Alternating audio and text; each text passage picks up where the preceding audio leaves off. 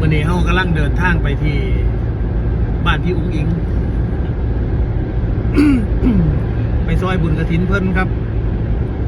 เพราะว่าคุณน้อยๆนะเที่ยวตั้งแต่มื้อคืนนี่อยากไปแต่มื้อคืนนี่ อยากไปหาเอื้อยแต่มื้อคืนนี่วันนี้ก็เลยออกแต่เช้าจักหน่อยครับพี่น้องมื้อนี้อีหลาสิไปร่วมบุญอยู่งานบุญกฐินบ้านพี่อุ้งอิงเด้อผู้ใดอยู่ไกลก็ไปร่วมบุญนำกันเด้อค่ะมาค่ะพี่น้องสำหรับ FC แฟนคลับห้ามพลาดเด็ดขาดนะคะสำหรับในวันนี้ค่ะพี่น้องนะคะทางด้านน้องธิดาเล่าเนี่ยจะมีการไปร่วมงานพี่อุ้งอิงก็คืองานบุญกฐินอยู่ที่บ้านอุ้งอิงนี่แหละนะคะเรียกได้ว่าทางด้านพ่อผู้ศรีวิไลเนี่ยก็ได้มีการนี่แหละถ่ายคลิปไปนำทึ่งขับรถไปนำเนาะพี่น้องเนาะก็ได้มีการเล่าประมาณว่านี่แหละกำลังเดินทางเนี่ยเพื่อที่จะไปร่วมงานบุญกฐินเนี่ยของพี่อุ้งอิงนะคะเพราะว่าน้องธิดาเล่าน้องอยากไปนะอยากไปตั้งแต่มื้อคืนแล้วล่ะก็คือตื่นเต้นโอ้ซื้อซะค่ะพี่น้องก็คือเสียได้พอไอดอลของเจ้าของอีกแล้วนะคะในฝั่งของทางด้านน้องธิดาเล่านะคะก็ชื่นชอบพี่อุ้งอิงมาแต่ได้เท่าใดเราพี่น้องเนาะ3อที่น้องมากก็สิมีอแอนอรดีออาอายออุ้งอิงซึ่งก่อนหน้านี้ก็ได้เจอกับพี่อุ้งอิงหลายครั้งแล้วนะคะรอบแรกที่น้องธิดาเล่าได้พอกับพี่อุ้งอิงรอบแรกก็เลยก็ถือว่าเป็นครั้งแรกที่น้องธิดาเล่าก็คือแบบทำตัวเรียบร้อยเหมือนแบบบ่กล้าเข้าหาเอื่อยนะคะด้วยความที่เอื่อยเพิ่นแบบเป็นศิลปินดังประมาณนี้น้องก็เลยบ่กล้าที่สิเข้าหาแล้วก็ด้วยความที่น้องเป็นเด็กน้อยนำนะคะแล้วแต่ว่าหลังจากที่ได้พอกันดูเขาก็เลยน้องธิดาเราก็เลยแบบมีความกล้ามากขึ้นกล้าที่สิแบบขอกอดเอื่อยจังซี่แม่แล้วสำหรับในมื้อนี้ค่ะพี่น้องวันที่30ตุลาคมนะคะก็เป็นบุญกฐินนะคะอยู่ที่บ้านน้องอุ้งอิงค่ะพี่น้องแล้วนี่แหละสำหรับในวันนี้ทางด้านน้องธิดาเราก็ไปร่วมงานนะคะเตรียมรอเบิ่งได้เลยนะคะเสื้อว่าปังยังแน่นอนเราพี่น้องเนาะทุกคนต้องรอดูนะคะว่าตอนที่น้องธิดาเล่าได้แบบไปพ่ออุ้งอิงสิเป็นจังไดในรอบนี้นะคะเพิ่นสิมาในลุคแบบบ่กล้าเข้าหาหรือว่าลุคแบบขอกอดประมาณนี้เฮาต้องมารอเบิ่งวันเถาะเนาะพี่น้องเนาะเรียกได้ว่าทางด้านพี่อุ้งอิงนะคะก็มีเสื้อมีชุดนะคะให้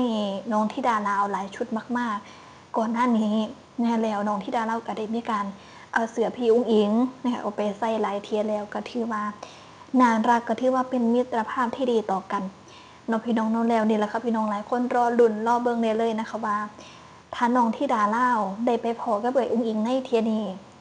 นะคะน้องจะทำตัวยังไงนะคะน้องสิเขินอายหรือว่าน้องสิแบบกล้าเข้าหาก็ต้องมารอเบิ่งนะคะแต่ในฝั่งของอุ้งอิงก็คืออุ้งอิงนี่แบบเอ็นดูน้องธิดาเล่าอยู่แล้วเนาะพี่น้องเนาะนะคะน้องขอกอดอุ้งอิงก็ให้กอดก็คือเป็นเหมือนแบบพี่ที่พร้อมจะให้คำแนะนำนะคะกับน้องสาวคนนี้อยู่เสมอประมาณนั้นเนาะพี่น้องเนาะเอาแล้วนี่แหละครับพี่น้องในตอนนี้เหมือนกับทางด้านอาจารย์ภูศรีวิไลเนี่ยเพิ่นยังบ่ทันได้มีการออกมาเคลื่อนไหวนะคะว่าเดินทางไปถึงบ้านอุ้งอิงแล้วจากที่มินได้เบิ่งคลิปค่ะพี่น้องพอภูศรีวิไลเพิ่นก็ถ่ายคลิปกำลังเดินทางนี่ประมาณ2ชั่วโมงที่แล้วนะคะก็บ่แน่ใจว่าตอนนี้ใกล้สิฮอดละไปนะคะหรือว่ามีการแวะทางใดบ่เนาะพี่น้องเนาะคันมีการแวะก็อาจจะน่านฮอดนะคะแต่แอดมินคิดว่าน่าจะฮอดช่วงประมาณบ่าย2บ่าย3คิดว่าประมาณนั้นก็รอเบิ่งคลิปได้เลยค่ะไม่ได้เห็นคลิปก็สิฟ้าวเอามาอัปเดตสู่พี่น้องได้เบิ่งกันเนาะพี่น้องเนาะเรียกได้ว่าสำหรับทางด้านน้องธิดาลาวตื่นเต้นบักคักอยากไปหานะอยากไปหาแห้งกับพี่น้องแต่ว่าความอยากไปหาพ่อได้พอนะอีหลีนี่จักสิเฮ็ดตัวจังไหนก็ต้องมารอเบิ่งกันเนาะพี่น้องเนาะนะคะในตอนนี้ธิดาลาวนี่ดังใหญ่แล้วเด้ค่ะพี่น้องเป็นจังไดเนี่ยหลังจากที่ได้มีการร้องเพลงจากใจคนลาวนะคะกลับกลายเป็นว่าสื่อดังสื่อข่าวช่องดังไลฟ์สื่อด้วยกันนะคะได้มีการแห่นำเสนอข่าวเกี่ยวกับทางด้านน้องธิดาลาวกันรัวๆ เนาะพี่น้องเนาะซื้อดังหลายซื้อบ่ว่าสิเป็นช่อง7ช่อง8ช่องอมรินทร์นะคะช่องได้นั่นน่ะช่องเวิร์กพอยต์นะคะแล้วก็อีกหลากหลายช่องซึ่งถือว่าเป็นช่องดังๆทั้งนั้นดังระดับประเทศค่ะพี่น้องนี่ล่ะได้มีการนำเสนอข่าวเกี่ยวกับน้องธิดาลาวเรียกได้ว่าไม่ว่าจะเป็นสื่อไหนก็ตามที่นำเสนอข่าวน้องในตอนนี้ยอดวิวบ่ธรรมดาโดยเฉพาะเกี่ยวกับผลงานเพลงจากใจคนลาวเนาะพี่น้องเนาะบ่ว่าสิเป็นฟังไทยเองก็ดีกับพากันแห่ชื่นชมน้องธิดาลาวที่มีความรักนะคะและเคารพนะคะและน้องมีความนี่ล่ะน้องไว้อาลัย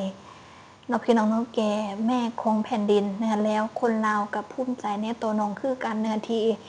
เป็นกระบอกเสียงนะคะถ่ายทอดความรู้สึกผ่านบทเพลงนี้เนาะพี่น้องเนาะเอาก็ถือได้ว่าสุดยอดมากๆนะคะนี่แหละครับพี่น้องก็มารอเบิ่งบรรยากาศเลยแล้วก็อีกอย่างหนึ่งที่ทุกคนรอลุ้นก็คือ